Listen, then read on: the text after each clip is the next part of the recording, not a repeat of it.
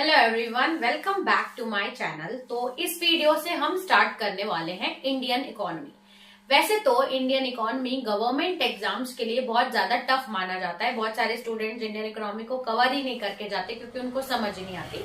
तो मैं यहाँ पे हूँ आपकी हेल्प करने के लिए। इंडियन इकोनॉमी को मैं इतने आसान तरीके से समझाऊंगी, उसके सारे कंसेप्ट, कि अब आपके जो भी आप गवर्नमेंट एग्जाम्स में बैठोगे आप इंडियन इकोनॉमी को तो जरूर अटेम्प्ट करोगे।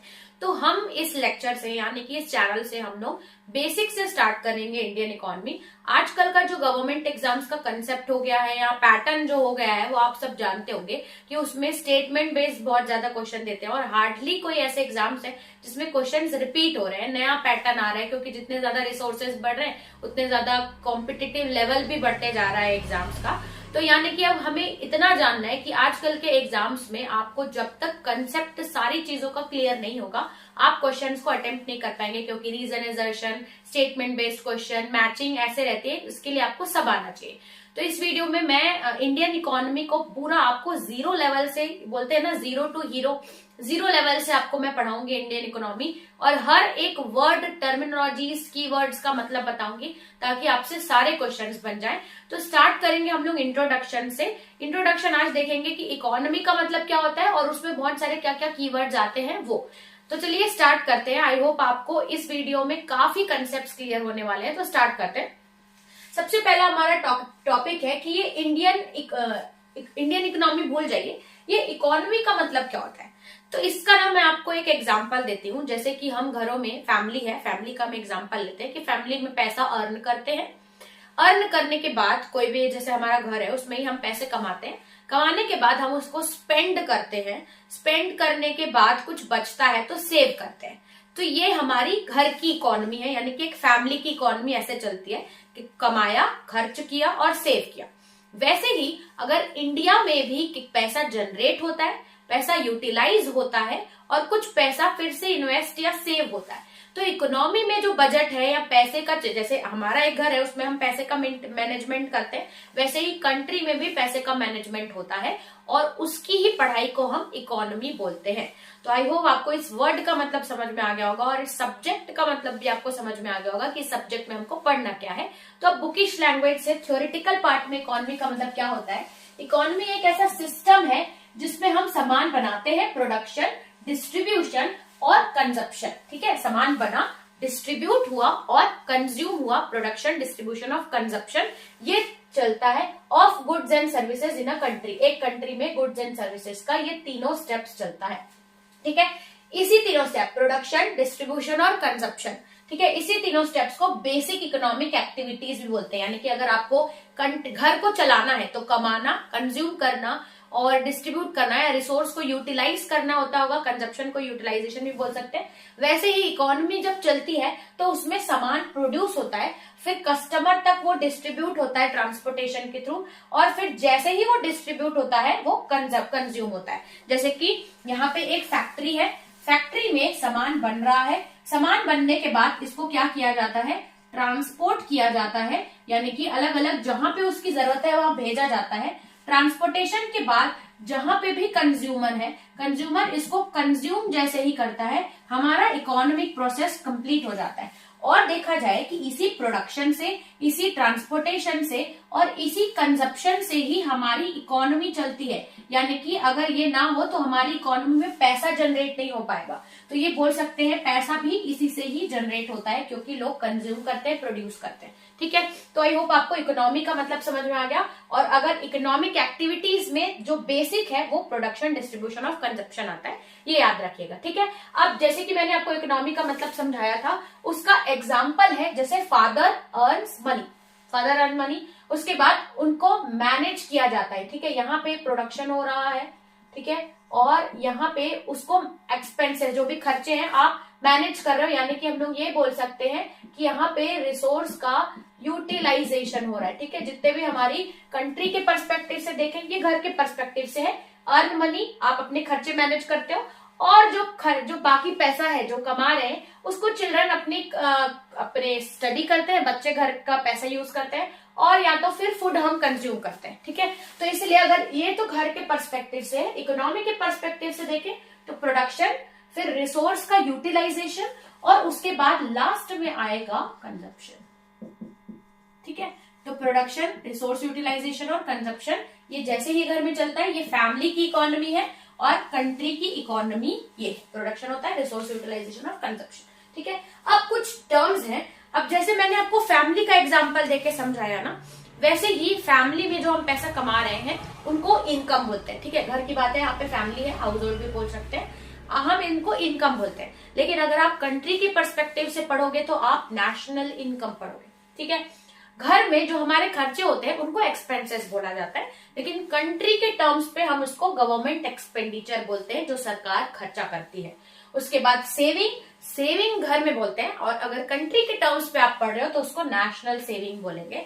और फिर थर्ड होता है नीड्स, फोर्थ है नीड्स हम फैमिली के हिसाब से बोल रहे हैं, लेकिन कंट्री के हिसाब से हम पढ़ते हैं तो हम उसको डिमांड या पीपल्स डिमांड बोलते हैं। ठीक है, तो ये था इकोनॉमी का, मैंने आपको ओवरव्यू समझाया कि हम उसको पढ़ते क्यों हैं और उसमें हम क्या पढ़ा जाता है इकोनॉमी में, कि पैसा जनरेट कैसे हो रहा है, कहाँ कंज्यूम हो रहा है, डिस्ट्रीब्यूशन, सारा पढ़ा। इसमें गुड्स एंड सर्विसेज कैसे सर्कुलेट होते हैं मार्केट में, ये पढ़ा। ठीक है, ये आपका बेसिक्स है, बेसिक्स हो गया। अब उसके बाद नेक्स्ट जो हम पढ़ेंगे, इकोनॉमी को चलाने के लिए ना 3 सेक्टर्स होते हैं, जैसे कि प्रोडक्शन है, कंजप्शन है और यूटिलाइजेशन है।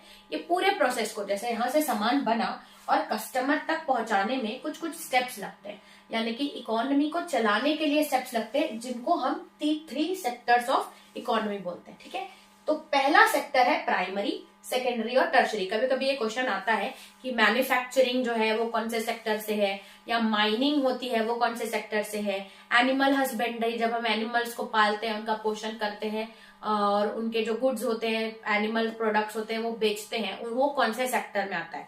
इकोनॉमी को चलाने के लिए बहुत सारी एक्टिविटीज होती है। ठीक है, उनको हमको समझना है कि वो कौन सी एक्टिविटीज में। इसमें हम आपको एक एग्जाम्पल बताती हूँ, जैसे कि अगर आलू, जैसे पोटैटो चिप्स आप देखे होंगे, तो जैसे पोटैटो है वो पहले कहाँ होता है, एग्रीकल्चर में पोटैटो उगाया जाता है। ठीक है, फार्मिंग की जाती है, फार्मिंग होने के बाद पोटैटो जैसे ही कंप्लीट हो जाता है, बन जाता है, तो उसको इंडस्ट्री या फैक्ट्री में भेजा जाता है ताकि उस पोटैटो से पोटैटो चिप्स बनाई जाए। जैसे ही फैक्ट्री में पोटैटो चिप्स बन के तैयार हो जाती है, तो फिर उसको मार्केट में भेजा जाता है, किसके लिए, कस्टमर तक पहुंचाने के लिए। तो इसमें 3 लेवल इन्वॉल्व हुए। पहला सेक्टर जो रॉ मटेरियल बनाया, दूसरा सेक्टर जिसने उस रॉ मटेरियल को फिनिश्ड प्रोडक्ट में कन्वर्ट किया, और तीसरा सेक्टर जो कि इन दोनों सेक्टर को सर्विस प्रोवाइड कर रहा था, यानी कि वो सामान को कस्टमर तक पहुंचाया। तो ये 3 सेक्टर पड़े। यही इकोनॉमी को चलाने के लिए भी हमको 3 सेक्टर की जरूरत है। पहला सेक्टर होता है प्राइमरी। प्राइमरी में जितनी भी बेसिक एक्टिविटीज होती है ना, वो होती है, जैसे कि आप समझ लो फार्मिंग होती है, माइनिंग होती है, या एग्रीकल्चर से रिलेटेड जो भी एक्टिविटीज होगी जिसमें हम रॉ मटेरियल बनाते हैं, वो हमारी प्राइमरी है। ठीक है, एनिमल हस्बेंड्री भी इसमें आएगी, जब हम जो कोल है, आयरन है, इसकी माइनिंग होती है, माइनिंग्स भी जिससे हम लोग नेचर के रिसोर्स को यूज कर रहे हैं, रिसोर्स को निकाला जा रहा है, यूज किया जा रहा है, वो सारी चीजें प्राइमरी में आती है, जिससे हम नेचर के रिसोर्स को यूज करते हैं, जैसे लैंड हो गया, माइनिंग हो गया, एनिमल्स, ये सब प्राइमरी। उसके बाद जो भी रॉ मटेरियल निकलता है वो सेकेंडरी इंडस्ट्री में जाता है, सामान बनता है। तो अगर फैक्ट्री का जो भी काम होगा, फैक्ट्री या सामान मैन्युफैक्चर होता है, यानी कि रॉ मटेरियल फिनिश्ड प्रोडक्ट्स में बनता है, उसको हम मैन्युफैक्चर बोलते हैं। मैन्युफैक्चर होना सेकेंडरी इंडस्ट्री में होता है। अब जैसे ही सामान बन गया, तो इस सामान को बनाने के लिए आपको पैसे की जरूरत चाहिए, यानी कि बैंकिंग, या तो फिर आपको सामने ऑर्डर लेने के लिए कम्युनिकेशन चाहिए, या सामान पहुंचाने के लिए ट्रांसपोर्टेशन चाहिए। तो इन दोनों लेवल को अपने काम कंप्लीट करने के लिए बैंकिंग, इंश्योरेंस, ट्रांसपोर्टेशन, जो भी एक्टिविटी लगती है, वो कौन देता है, टर्शरी सेक्टर। तो टर्शरी सेक्टर को हम सर्विस सेक्टर भी बोलते हैं। और अभी सबसे ज्यादा ग्रो होने वाला जो सेक्टर है वो टर्शरी सेक्टर ही है। सर्विस इंडस्ट्री और आईटी, कम्युनिकेशन, कंप्यूटर टेक्नोलॉजी, ये सारी चीजें हमारे किस में आएंगी, टर्शरी सेक्टर में आएंगी। तो एमसीक्यू में पूछता है कई बार कि आपको देगा आईटी इंडस्ट्री कौन सी इंडस्ट्री का पार्ट है, प्राइमरी है, सेकेंडरी है, टर्शरी है। मैन्युफैक्चरिंग, अगर आप सामान बना रहे हो, रॉ मटेरियल से फिनिश प्रोडक्ट में जहां पे कन्वर्ट कर रहे हो, तो वो सेकेंडरी सेक्टर होगा। और अगर नेचुरल रिसोर्स को जहां पे भी हम यूज कर रहे हैं ना, तो वो याद रखना कि वो प्राइमरी इंडस्ट्री ही होगा। तो इन 3 सेक्टर से ही सामान बन के तैयार होता है, मार्केट में सर्कुलेट होता है, इसलिए इसको 3 सेक्टर्स ऑफ इकोनॉमी बोला जाता है। ठीक है, तो आई होप आपको यहां तक समझ में आ जाएगा। और बेसिक्स से लेके क्वेश्चन है एग्जाम्स में क्या पूछते हैं, ऑब्जेक्टिव्स और इकोनॉमी, यानी कि आपने इकोनॉमी समझ लिया कि प्रोडक्शन, कंजप्शन, डिस्ट्रीब्यूशन, ये सब इकोनॉमी के पार्ट है। लेकिन इस इकोनॉमी को हम पढ़ते क्यों है, इसके ऑब्जेक्टिव्स क्या है। तो पहला देखो, जितनी भी एक्टिविटी हो रही है ना, प्रोडक्शन, कंजप्शन, डिस्ट्रीब्यूशन, ये कहीं ना कहीं पैसा जनरेट होने के लिए करे, यानी कि लोग अपनी लिविंग अर्न करने के लिए ये सारे काम करते हैं। तो ये इनकम इंक्रीज करती है कंट्री में, ये इकोनॉमिक एक्टिविटीज। फिर आता है रिड्यूस पॉवर्टी, अगर लोगों की इनकम बढ़ रही है तो पॉवर्टी यानी कि गरीबी कम होती है। तो इकोनॉमी के लिए तो अच्छा है ना गरीबी कम होना। फिर प्रोवाइड्स एम्प्लॉयमेंट, इन सारे एक्टिविटीज में अब कौन काम करेगा, काम तो ह्यूमन बींग्स ही करेंगे, यानी कि प्रोडक्शन हो रहा है, डिस्ट्रीब्यूशन हो रहा है, कंजप्शन हो रहा है, अपने आप तो नहीं होगा, इसमें मैन पावर की जरूरत होगी। तो ये एक्टिविटीज क्या करती है, एम्प्लॉयमेंट भी प्रोवाइड करती है। फिर लोग अगर कमा रहे हैं और गुड्स एंड सर्विसेज बन रही है तो लोग स्टैंडर्ड ऑफ लिविंग भी इंक्रीज होगा। ठीक है, तो यानी कि ये हमको इंडियन इकोनॉमी सब्जेक्ट पढ़ा क्यों जाते हैं, क्यों पढ़ाते हैं हम लोग गवर्नमेंट एग्जाम्स में। तो जनरली आप गवर्नमेंट एग्जाम ज्वाइन करें तो आप सिविल सर्वेंट बनोगे, यानी कि गवर्नमेंट या इंडिया कंट्री को सर्व करोगे। इसके लिए आपको ये जानना जरूरी है कि इंडिया में कैसा पैसा यूटिलाइज होता है, और इंडिया को चलाने के लिए या कंट्री को रन करने के लिए ये प्रोडक्शन और कंजप्शन, गुड्स और मार्केट एक्टिविटीज कितनी ज्यादा इंपॉर्टेंट है। और मार्केट के बारे में समझाने के लिए हमको इंडियन इकोनॉमी पढ़ना पड़ता है। और इसको आप एज अ बर्डन नहीं पढ़ो, एज अ नॉलेज पढ़ोगे कि क्या क्या होता है इकोनॉमी में, ऐसे कैसे पैसा जनरेट होता है, कैसे मार्केट रन करता है। एज अ इंटरेस्ट लेके अगर आप पढ़ोगे तो आपको बहुत सारी चीजें अच्छे से भी समझ में आएंगी, और आजकल के जो कॉम्पिटिटिव लेवल के पैटर्न्स है वो आपको बहुत अच्छे से समझ में आए होंगे। तो आई होप इस वीडियो में मैंने जो भी पढ़ाया आपको, इकोनॉमी क्या है और उसके बेसिक टर्म्स पढ़ाए, अच्छे से समझ में आया होगा। इसके बाद नेक्स्ट की वीडियो में हम लोग डिस्कस करेंगे कि कितनी टाइप्स ऑफ इकोनॉमी होती है। बहुत ही इंपॉर्टेंट है, एग्जाम्स में पूछता ही है, एमसीक्यू के फॉर्म में या एजर्शन रीजन के फॉर्म में। तो अगर आपको वीडियो पसंद आई हो तो बिल्कुल आप चैनल को सब्सक्राइब करिए। Thanks for watching.